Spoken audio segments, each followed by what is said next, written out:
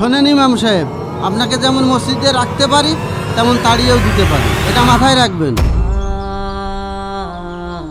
বলছিলাম সভাপতি সাহেব, গত বছর তো 20 টাকার তারাবির নামাজ হয়েছিল, এই বছর কয় রাকাত হবে? এই বছরেও তারাবির নামাজ হবে 8 রাকাত। সভাপতি সাহেব, আপনি ভুল সিদ্ধান্ত নিচ্ছেন। আপনি আমার থেকে বেশি বোঝেন নাকি? আমি বলেছি তারাবির নামাজ 8 রাকাত, 8 রাকাত হবে, 8 রাকাতই হবে। সভাপতি সাহেব, আপনার বোধহয় এমন সিদ্ধান্ত নেওয়া ঠিক হচ্ছে না।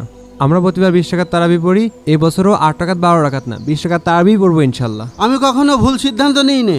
সহিহ হাদিসের ভিতরে 8 টাকার তারাবির কথা লেখা আছে, তাই 8 টাকার তারাবি পড়তে হবে এবার। 8 রাকাত, 12 রাকাত, 20 রাকাত, 3টা রেওয়াতে হাদিসে আছে। কিন্তু ওমর রাদিয়াল্লাহু আনহু যখন দেখলেন মুসাল্লিগণ এলোমেলো নামাজ পড়ছে, তখন তিনি জামাতবদ্ধ করার উদ্দেশ্যে 20 টাকার তারাবির একটা রেওয়াজ চালু করলেন।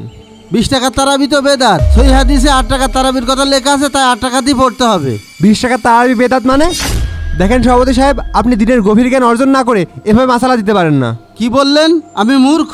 আমার বাবার মসজিদে আমি কাউকে নামাজ পড়তে দেব না, দেখি কিটা টাকায়।